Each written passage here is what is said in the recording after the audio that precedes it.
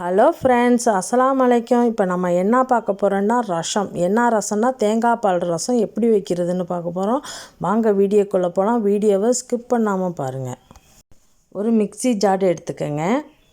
அதில் மிளகு ஒரு ஸ்பூன் போட்டுக்கலாம். நம்ம நுணுக்கி தான் ரசம் வைக்கிறோம்.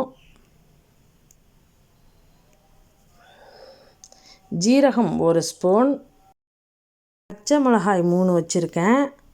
நீங்களும் காரத்துக்கு ஏற்றது வச்சுக்கோங்க. தண்ணி ஊற்றாமல் இதை நம்ம நுணுக்கிட்டு வந்துடுவோம்.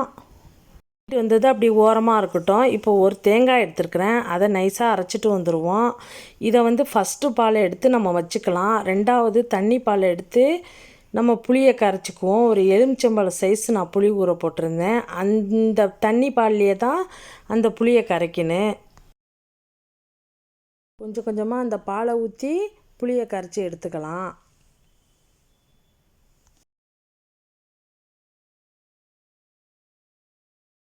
ரெண்டு தக்காளியை சின்ன சின்னதாக குட்டி குட்டியாக நம்ம கட் பண்ணி எடுத்துக்கலாம்.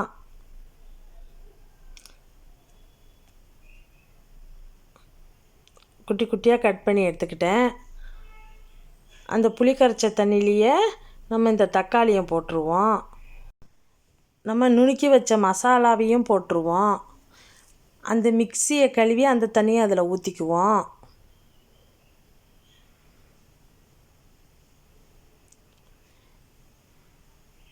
உப்பு தேவையான அளவு போட்டுக்கலாம். நான் 1 ஸ்பூன் போட்டிருக்கேன். மஞ்சத்தூள் 1 ஸ்பூன் போட்டுக்கலாம்.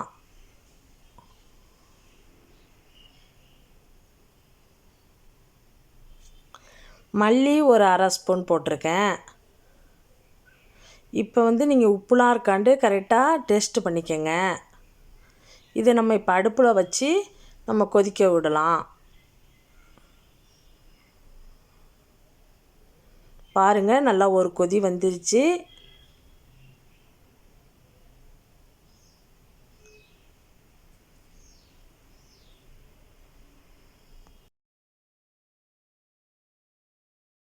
ஒரு கொதி வந்துருச்சு. இப்போ நம்ம இதை தாளிச்சிக்கலாம். ஒரு பேன் வச்சுக்கிட்டு அதில் எண்ணெய் ஒரு 4 ஸ்பூன் ஊற்றிக்கலாம். காஞ்ச மிளகாய் நான் ஒரு 3 போட்டிருக்கேன் கிள்ளி. கடுகு 1 ஸ்பூன் போட்டுக்கோங்க. பூண்டை தட்டிட்டு ஒரு 10 பல் பூண்டு தட்டி போட்டிருக்கேன். கருவேப்பிலை போட்டுக்கலாம் ஒரு கொத்து.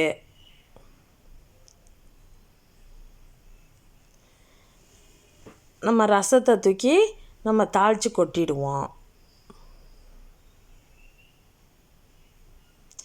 இந்த மாதிரி மழை நேரத்தில் இந்த மாதிரி ரசம் வச்சு சாப்பிடுங்க.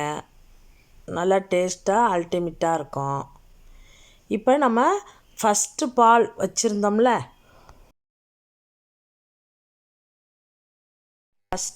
கெட்டி பால் வச்சுருந்தோம்ல, அதை இப்போ நம்ம ஊற்றிக்குவோம். பால் ஊற்றினோன்னே நம்ம கொதிக்க விடக்கூடாது. அப்படியே நம்ம சிம்மில் அடுப்பை ஆஃப் பண்ணிட வேண்டியது தான். இப்போ நம்ம அந்த பாலை ஊற்றிட்டோம். இனிமேல் கொதிக்க விடக்கூடாது. நம்ம இதை அப்படியே அடுப்பில் சிம்மில் வச்சு நம்ம ஆஃப் பண்ணிட வேண்டியது தான். லாஸ்ட்டாக நம்ம மல்லிக்கீரையை தூவி இறக்கிட வேண்டியது தான். இந்த வீடியோ பிடிச்சிருந்தா லைக் பண்ணுங்கள், ஷேர் பண்ணுங்கள், கமெண்ட் பண்ணுங்கள். முக்கியமாக சப்ஸ்கிரைப் பண்ணிக்கோங்க. மீண்டும் இன்ட்ரெஸ்டிங்கான வீடியோவில் மீட் பண்ணுவோம். பாய்.